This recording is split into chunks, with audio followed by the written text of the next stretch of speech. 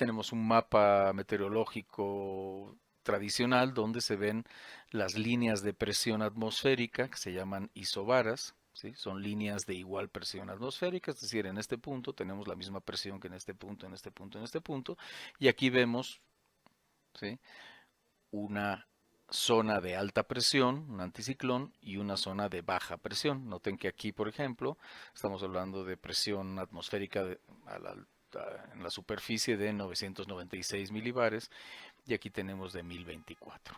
Entonces, en estas zonas la presión disminuye, son borrascas, baja presión. En estas zonas la presión aumenta, anticiclón, alta presión. Desde luego, si el aire que está aquí tiene una presión alta, pues va a tratar de moverse hacia la zona de baja presión. Entonces, a esto le llamamos la fuerza del gradiente de presión. Gradiente quiere decir cambio, que va cambiando la presión. Entonces, generalmente hay una tendencia, o debería de haber una tendencia, simplemente por el hecho de la presión, de que el aire se mueva de las zonas de alta presión a las zonas de baja presión. Sin embargo, hay otras fuerzas que intervienen en el movimiento del viento que veremos más adelante.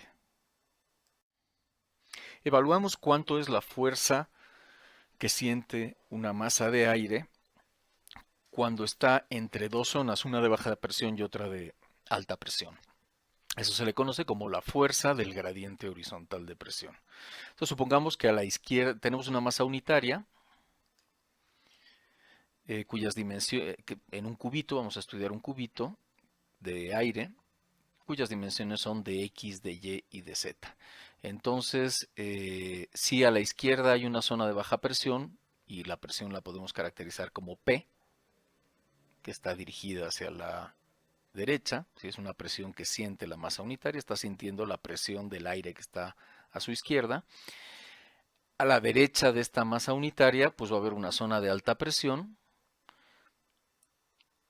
y la presión que ejerce el aire que está a alta presión sobre el cubito, vamos a decir que es P, más lo que cambia P cuando me muevo en X por lo que me moví en X. Esto es lo que significa. Esto es la derivada parcial con respecto a X multiplicado por dx.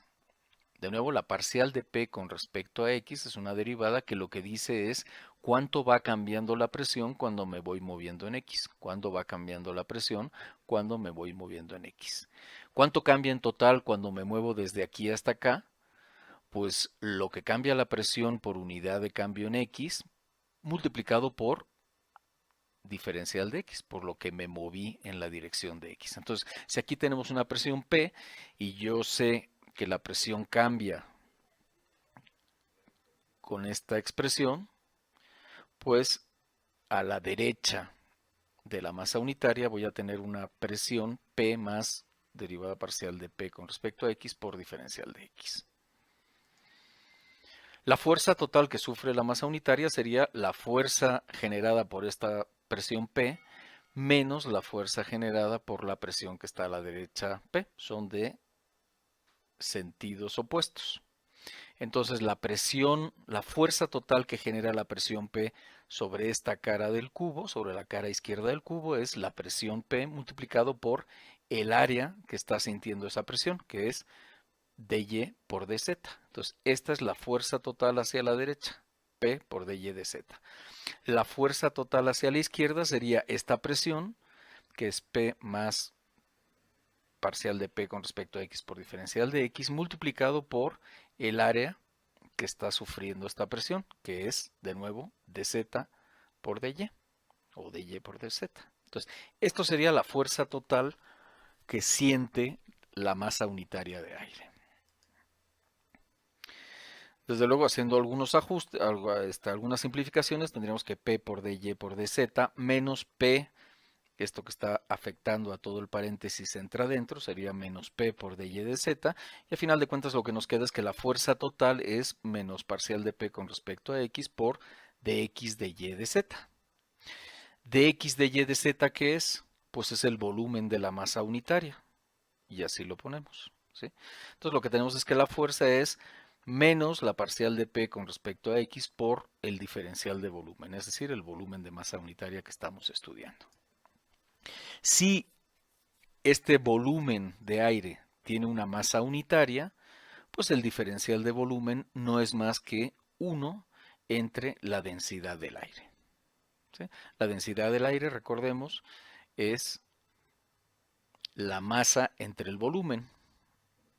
¿De acuerdo? Si la masa es unitaria, pues el volumen es 1 entre la densidad del aire. Por lo tanto, la fuerza total del gradiente de presión que siente cualquier porción de aire es el gradiente de presión dividido entre la densidad del aire.